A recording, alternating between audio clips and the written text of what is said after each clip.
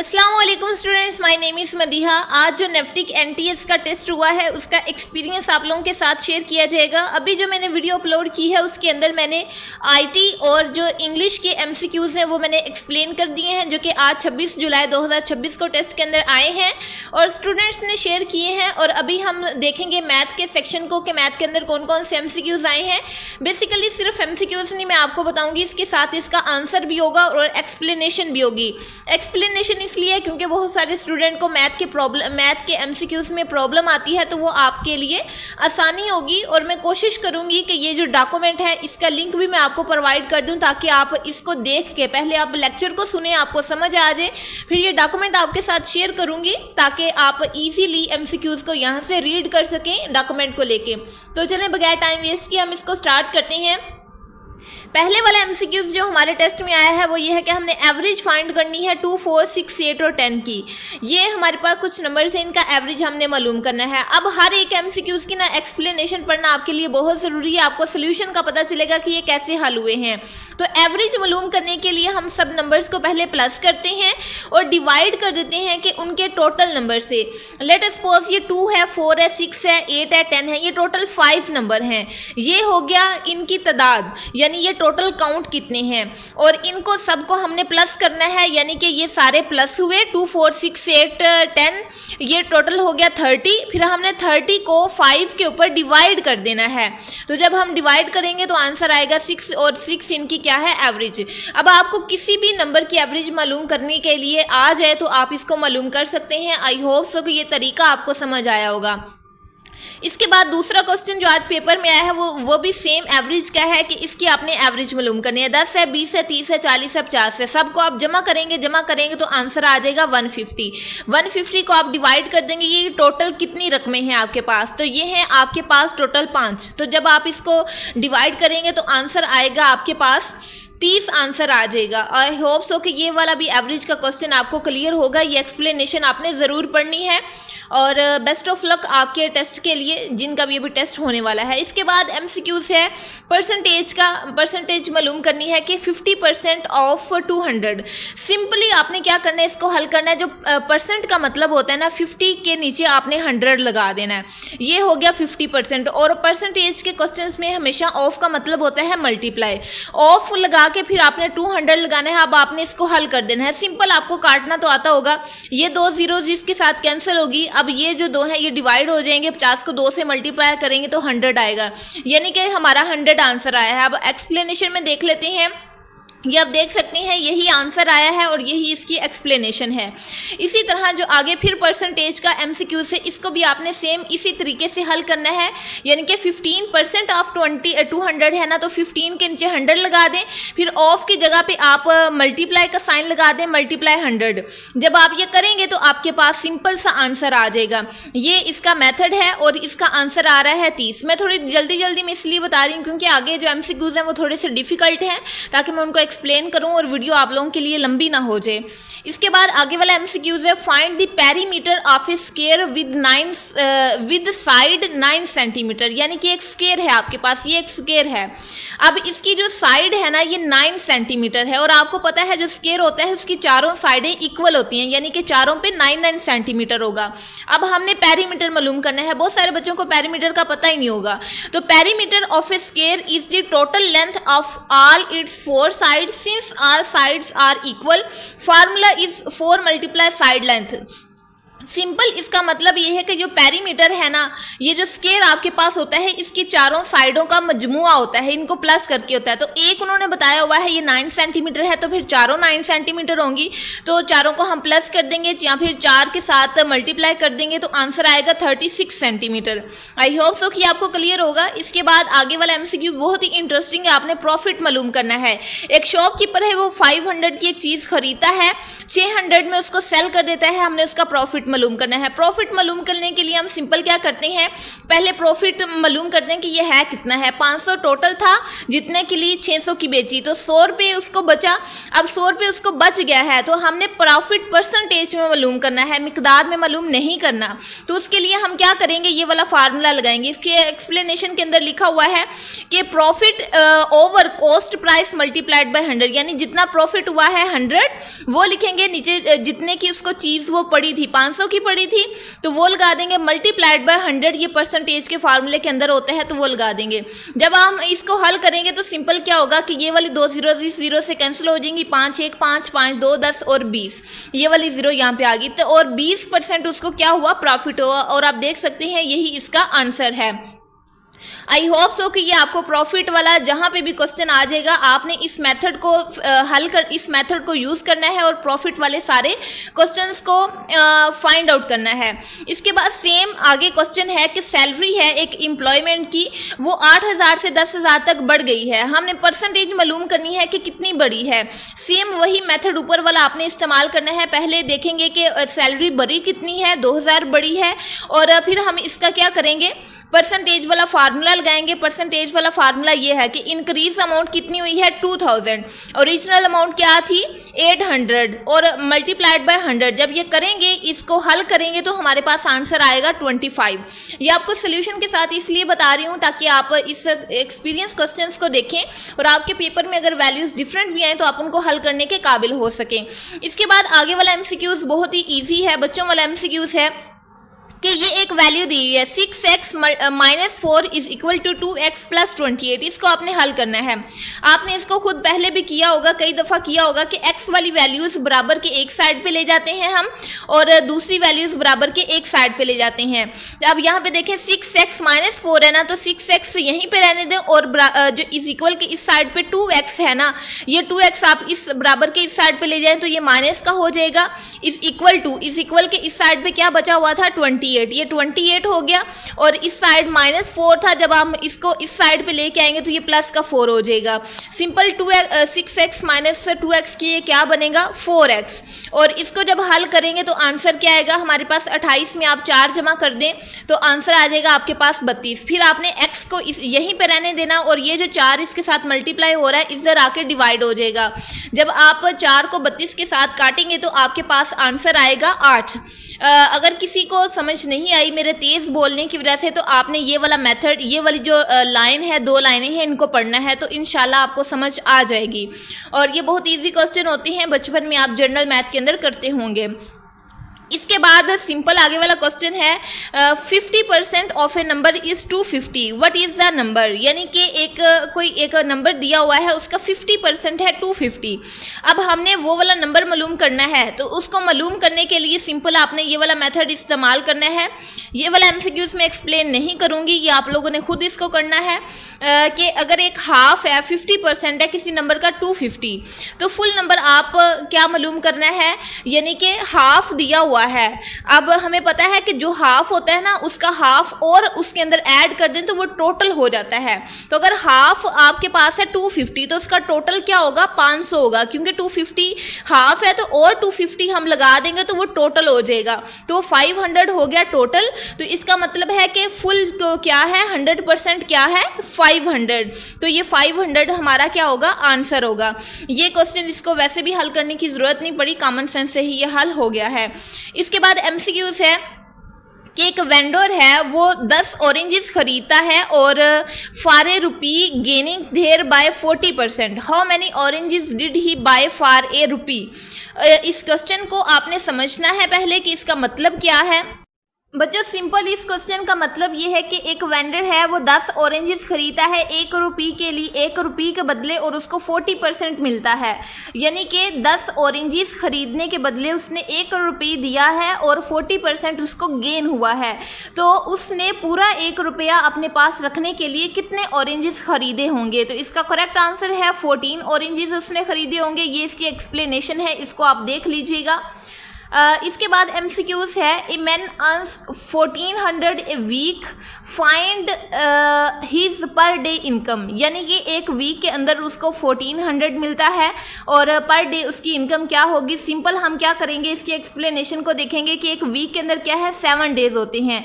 Per day की income को मालूम करने के लिए वीकली इनकम को 7 से डिवाइड कर देंगे, यानी कि एक वीक में 7 दिन होते हैं और पूरे 7 दिन की इनकम उसकी 1400 है और 1400 को 7 पे डिवाइड कर देंगे तो एक दिन की इनकम निकल आएगी और वो होगी हमारे पास 200, क्योंकि हमने 1400 को 7 से मल्टीप्लाई किया, 7 से डिवाइड किया तो 200 आ गया। इट्स मीन के 200 उसकी एक दिन की इनकम है।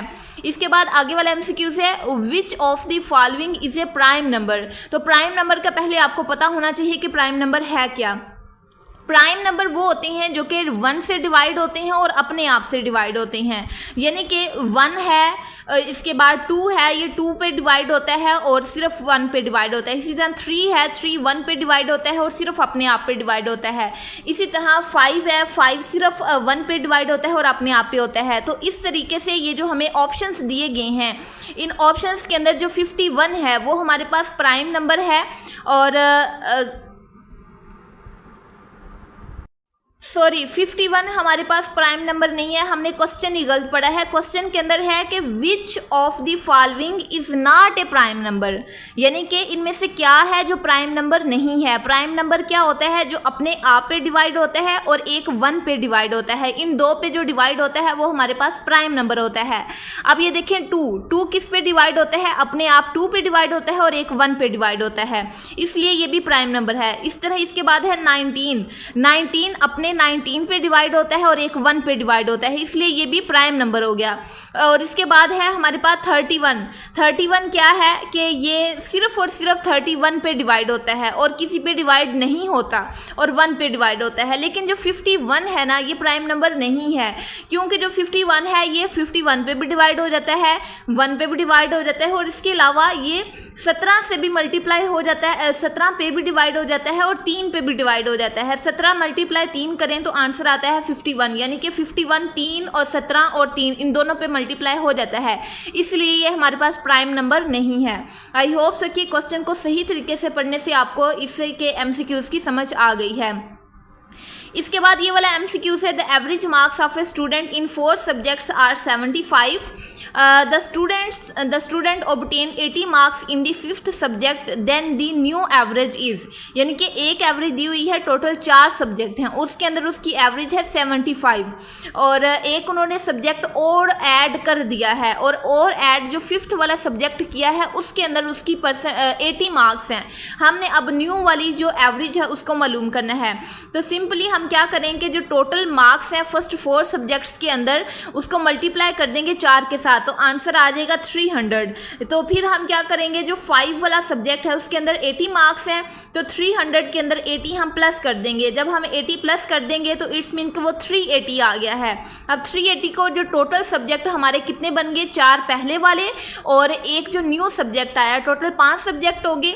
तो 380 जो हमारे पास टोटल वैल्यू है उसको हम 5 से डिवाइड कर देंगे, यानी टोटल सब्जेक्ट कितने हैं, तो उसके बाद हमारे पास आंसर आएगा 76। तो न्यू जो एवरेज है वो उसकी 76 है। जिस तरीके से हमने ऊपर एवरेज वाले MCQs किए थे कि जो टोटल जितनी भी चीज़ें होती हैं उनका टोटल करके सम करके ऊपर हम लिखते हैं, जैसे कि इसका आया है 380 और नीचे हम लिखते हैं जितनी वैल्यूज़ हैं टोटल। तो 4 सब्जेक्ट पहले थे और एक 5 वाला सब्जेक्ट मज़ीद ऐड हो गया, तो वो टोटल 5 सब्जेक्ट हो गए। तो उन 5 सब्जेक्ट को हमने 380 के साथ डिवाइड किया तो आंसर आ गया 360। आई होप सो कि आपको क्लियर होगा। इसके बाद आगे वाला MCQ से, a team won 5 games and lost 6, what part of games did the team loss. तो इसका मतलब है कि टोटल एक टीम है उसने 5 गेमें जो हैं वो जीत ली हैं, 6 हार गई हैं, टोटल मतलब 11 गेमें हो गई। तो हमने इसकी परसेंटेज निकालनी है, तो 11 में से उसने क्या की हैं, 5 जीती हैं, 6 वो लॉस्ट कर गया, तो 6/11 उसकी वो उसका पार्ट होगा कि यानी 6 उसने हार ली हैं। अब ये इसकी एक्सप्लेनेशन पढ़ते हैं, total games played equals 1 plus lost, so 5 + 6 = 11। The fraction of games lost is lost games over total games, क्योंकि हमने जो लॉस्ट गेम्स हैं उनकी फ्रैक्शन मालूम करनी है, तो इसलिए जो लॉस्ट मोस्ट गेम्स हैं उनको हम बटे के ऊपर लिखेंगे जो कि 6 है, और नीचे हम टोटल लिख देंगे जो कि 11 है, तो हमारा 6/11 आंसर आ जाएगा। इसके बाद बहुत ही सिंपल क्वेश्चन है, product of two numbers is 480 and their LCM is 105, then the HCF of the numbers will be. ये HCF और LCM वाले क्वेश्चंस आप लोगों ने किए होंगे, ये हमने इसको मालूम करना है। ये बहुत इजी क्वेश्चन है, मैं इसको नहीं करवा रही, आपने खुद करना है। The rule is that the product of two numbers is equal to LCM multiply HCF, so 840 is equal to 105 multiply HCF। To find HCF divide 840 by 105 so equals to 8। Simple, इसको आप खुद पढ़िएगा, आपको समझ आ जाएगी, बहुत इजी क्वेश्चन है। और आगे MCQs है, if a 200 meter long train crosses a platform of the same length as that of the train in 20 seconds then the speed of train is। मतलब ये है कि जो ट्रेन है उसकी जो लेंथ है वो है 200 मीटर, 200 मीटर उसकी लेंथ है, और वो 200 का ही डिस्टेंस कवर करती है 20 सेकंड के अंदर। तो हमने उसकी स्पीड मालूम करनी है। तो स्पीड मालूम करने के लिए देख लेते हैं, स्पीड है कि distance, then the speed of train is, यानी स्पीड ही मालूम करनी है जी, स्पीड ही मालूम करनी है। तो उसके लिए हमें ये इसकी एक्सप्लेनेशन पढ़ेंगे। टोटल डिस्टेंस जो कवर हुआ है वो किसके बराबर है, लेंथ ऑफ ट्रेन के, और लेंथ ऑफ ट्रेन कितनी है 200। तो उस टोटल डिस्टेंस जो होता है ना, ये हम कहते हैं कि जितनी लेंथ है और जितनी प्लेटफॉर्म की लेंथ है और जितनी ट्रेन की लेंथ है उसको हमने प्लस करना है, तो हमारे पास टोटल डिस्टेंस आ जाएगा। टोटल डिस्टेंस कितना हुआ 400, क्योंकि जो लेंथ है ट्रेन की वो भी 200 है, और जितना उसने डिस्टेंस कवर किया, जितना जो प्लेटफॉर्म है जिस पे वो चल रही थी वो भी 200 मीटर का है, तो इसलिए 400 इसका डिस्टेंस आ गया। फिर हम क्या करेंगे, 400 मीटर इसका डिस्टेंस आ गया तो टाइम हमने मालूम करना है। टाइम मालूम नहीं करना, टाइम हमें 20 सेकेंड दिया हुआ है। अब हम फार्मूला लगाएंगे ये वाला, speed is equal to distance over time. तो इसके अंदर स्पीड हमने जो मालूम करनी है, डिस्टेंस हमें मालूम है 400, टाइम हमें मालूम है 20 सेकेंड। जब हम ये वैल्यूज़ इसके अंदर पुट करेंगे तो हमारे पास आंसर आ जाएगा 72 किलोमीटर पर आवर। ये kmph का मतलब है किलोमीटर पर आवर, यानी कि जो किलोमीटर का सफ़र तय हो रहा है 1 घंटे में। इसके बाद MCQs बहुत ही इंटरेस्टिंग है। द प्रोडक्ट ऑफ -6 1/2 -10, यानी इन सब को आपने मल्टीप्लाई करना है। जब आप इसको मल्टीप्लाई करेंगे तो हमारे पास आंसर आएगा 30। सिंपल, -6 है मल्टीप्लाई 1/2 है मल्टीप्लाई -10 है। आपने इसको हल करना है तो हमारे पास आंसर आएगा 30। अगर किसी स्टूडेंट को इसकी समझ ना आए तो उसने ये एक्सप्लेनेशन पढ़ लेनी है, तो इंशाल्लाह समझ आ जाएगी। इसके बाद आगे वाला MCQs है, which of the following is not a perfect square. Perfect square को मालूम कैसे करना है, पहले आपको ये पता होना चाहिए, और ये इसके एक्सप्लेनेशन में लिखा हुआ है कि perfect square can not end with an odd number, और ऑड नंबर के साथ वो एंड नहीं हो सकता। और जो हमारे पास इस वाले 9 4 व इसके अलावा जितने भी बाकी हैं वो सारे ऑड नंबर के साथ एंड हो रहे हैं, तो इसलिए 9 4 1 10 ये हमारा क्या है, ये परफेक्ट स्क्वायर नहीं है, और बाकी सारे परफेक्ट स्क्वायर्स हैं। अब मज़ीद जो क्वेश्चंस हैं मैं उनको एक्सप्लेन नहीं कर रही क्योंकि मैं थोड़ा सा थक गई हूँ, तो मैं MCQs जो है वो एक्सप्लेनेशन के साथ आपको बता रही हूँ। आपने इसको खुद रीड करना है, और मैं आपको डॉक्यूमेंट का लिंक देती हूँ, आपने उसको डाउनलोड करके इस डॉक्यूमेंट को खुद पढ़ लेना है, ताकि आपके लिए टेस्ट को पढ़ना और इन MCQs को पढ़ना आसान हो। इस MCQs का स्क्रीनशॉट ले लें आप लोग, ताकि आपके लिए पढ़ना आसान हो जिनसे डॉक्यूमेंट डाउनलोड नहीं हो रहा। इसके बाद ये वाला MCQs है जो आज के पेपर में आया है, इसका स्क्रीनशॉट ले लें। 10 की पावर 2 है, -99 की पावर 2 है, तो यानी 10 को 10 से मल्टीप्लाई किया तो 1000 आ गया। 1000 के को माइनस करना है, 99 को 2 दफ़ा मल्टीप्लाई करेंगे तो उससे, तो फिर हमारा आ जाएगा आंसर। और अगर आप इसके ज़रिए नहीं करना चाहते तो आपने इस फार्मूले को अप्लाई करना है। ये वाला फार्मूला आपने पढ़ा होगा बचपन में, a² - b² is equal to a - b multiply a + b। इस फार्मूले को आप अप्लाई करेंगे तो आपका आंसर आएगा 199। तो आप इस फार्मूले के ज़रिए ही इन MCQs को हल करिएगा। इसके अलावा एक फार्मूला होता है a² + b², वो वाला फार्मूला भी आपने याद करना है, पेपर में आ सकता है। और एक फार्मूला होता है a³ + b³, ये वाला फार्मूला भी आपने करना है। और इनके ये मैंने प्लस वाले बताए हैं, आपने माइनस वाले भी करने हैं, यानी कि a³ - b³, ये भी आपने करना है। इसके बाद MCQs है, ट्राइंगल हैज सेगमेंट्स। तो ट्राइंगल के कितने सेगमेंट होते हैं, 3 होते हैं। आपको पता है कि ट्राइंगल की ये शेप होती है, और ये एक ये 3 इसके सेगमेंट यानी कि 3 हिस्से होते हैं, तो इसलिए ये सिंपल डेफिनेशन के अंदर से उन्होंने MCQs लिया है। ये MCQs हो गए कंप्लीट। जो आज के टेस्ट में मैथ के MCQs आए हैं, मैं कोशिश करती हूँ कि इस जो वीडियो आप देख रहे हैं इसके जो डिस्क्रिप्शन है इसके अंदर मैं इस डॉक्यूमेंट का लिंक दे दूँ, और वो डॉक्यूमेंट आपके पास ओपन होगा WPS ऐप के अंदर। बहुत सारे स्टूडेंट्स के पास WPS ऐप होती है क्योंकि बहुत सारे जो डॉक्यूमेंट्स हैं वो उसी के अंदर ओपन होते हैं, तो आपने उस लिंक पे क्लिक करना है तो ये वाला डॉक्यूमेंट आपके पास ओपन हो जाएगा, यानी जिसके अंदर ये मैंने सारे मैथ के MCQs बनाए हैं। तो आप उसको अपने पास डाउनलोड कर लीजिएगा PDF की फॉर्म में या डॉक्यूमेंट की फॉर्म में, तो आप उसको डाउनलोड करके पढ़ लें। एंड बेस्ट ऑफ लक जिन बच्चों का अभी टेस्ट रहता है। और कमेंट बॉक्स के अंदर आपने एक चीज़ बतानी है कि आप लोगों का टेस्ट किस किस डेट को है, अपने टेस्ट की डेट आप लोगों ने मुझे बतानी है। आई होप सो कि ये वीडियो आपके लिए इन्फॉर्मेटिव रही होगी। वीडियो अच्छी लगी है तो वीडियो को लाइक और शेयर करें और चैनल को सब्सक्राइब कर लें। मिलते हैं नेक्स्ट वीडियो के अंदर, तब तक के लिए अपना ख्याल रखिएगा। अल्लाह हाफिज़।